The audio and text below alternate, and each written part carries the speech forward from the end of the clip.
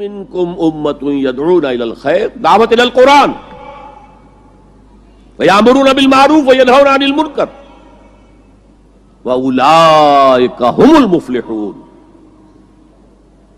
اور یہی صرف یہی لوگ ہوں گے فلاح پانے والے۔ یہ جو اسلوب حصر کئی دفعہ سمجھا چکا ہوں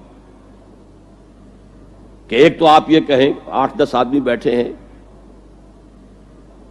زید عالم ہے تو اس سے دوسروں کے عالم ہونے کی نفی نہیں ہوتی، دوسرے بھی ہو سکتے ہیں، اور کہیں زید ہی عالم ہے تو بقیہ سے نفی ہو گئی، اب صرف زید عالم ہے باقی عالم نہیں ہے۔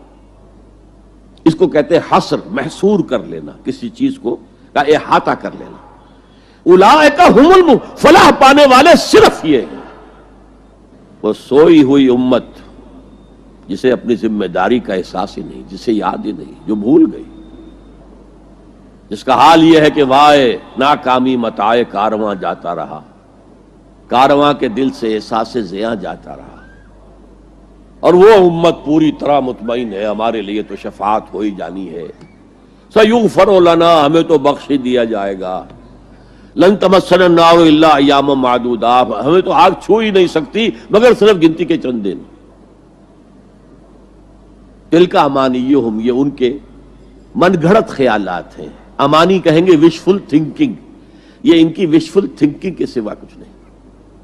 فلاح پانے والے صرف یہی ہوں گے جو اس سے نکاتی پروگرام پر عمل پیرا ہو، اور وہ ایک امت ودن امہ بنیں گے، صرف اس احتیاط کے ساتھ کہ وَمَنْ أَحْسَنُ قَوْلًا مِّمَّنْ دَعَا إِلَى اللَّهِ وَعَمِلَ صَالِحًا وَقَالَ إِنَّنِي مِنَ الْمُسْلِمِينَ، میں بھی مسلمانوں میں سے ہوں، ایک مسلمان میں بھی ہوں، اس سے زیادہ میں اپنے آپ کو کچھ نہیں سمجھتا۔ وہ کسی غرور کے اندر، غرور علم، غرور تقوی، کہیں اس کے اندر مبتلا نہ ہو جائے۔ وہ سارا جیسے کہ بڑی سے بڑی رقم زیرو سے ضرب کھا کر زیرو ہو جاتی ہے، اگر کہیں غرور پیدا ہو گیا تو آپ کا سارا کیا کرا زیرو سے ضرب کھا کر زیرو ہو جائے۔ اچھا، یہ جو آیات ہیں یہ سورہ آل عمران کے وسط میں سے ہم نے پڑھی، ان کے بالکل ہم پلہ جو آیات سورہ بقرہ میں آتی ہیں وہ کیا ہے؟ یا ایھا الذین آمنوا استعینوا بالصبر والصلاۃ ان اللہ مع الصابرین ولا تقولوا لمن يقتل في سبيل الله اموات بل احياء ولكن لا تشعرون ولنبلونكم بشيء من الخوف والجوع ونقص من الاموال والانفس والثمرات وبشر الصابرين الذين اذا اصابتهم مصيبة قالوا انا لله وانا اليه راجعون اولئک علیہم صلوات من ربہم واولئک هم المہتدون، وہ محتدون جس کا لفظ ہم نے پڑھا ہے لعلکم تہتدون۔ اس نہی عن المنکر کی سب سے اونچی منزل کیا ہے؟ تواصی بالحق کی سب سے اونچی منزل کون سی ہے؟ تواصی بالحق یہ بھی ہے کہ کوئی بچے گلی میں کھیل رہے ہیں، آپ ان سے کہیں بیٹے یہ کھیلنے کی جگہ نہیں ہے، تمہارا کرکٹ کھیل رہے ہو، تمہاری بال سے کسی کی گاڑی کا شیشہ ٹوٹے گا، کچھ اور ہو جائے گا، جاؤ میدان میں جا کر کھیلو، یہ بھی تواصی بالحق ہے۔ کسی شخص کے ذمے کسی کوئی رقم ہے وہ نہیں دے رہا ہے، اس سے جا کر کہنا بھلے آدمی اس کی رقم ادا کرو۔ اور اس کا ایک بڑا عجیب واقعہ ہے جو سیرت میں آتا ہے کہ قریش کے کچھ لوگ بیٹھے ہوئے تھے تو ایک شخص باہر کا کوئی آیا اور بڑی دہائی دیتا ہوا، فریاد کرتا ہوا، لوگوں کا کیا معاملہ ہے کہ ابو جہل کے ذمے میری اتنی رقم ہے وہ دیتا نہیں ہے، مجھے کوئی دلوا دے۔ لوگوں نے کہا اچھا آج موقع ملا، ذرا تماشا دیکھیں۔ حضور اس وقت کہیں حرم کے کسی کونے میں نماز پڑھ رہے تھے، کہا جاؤ جاؤ، وہ شخص جو ہے نا وہ کر سکتا ہے، ہم نہیں کر سکتے، اس سے بات کرو۔ وہ آیا، اس نے حضور سے کہا، حضور نے کہا اچھا چلو۔ گھر پر جا کر کہا، دستک دی، ابو جہل نکلا، اس کو اس کا حق ادا کرو۔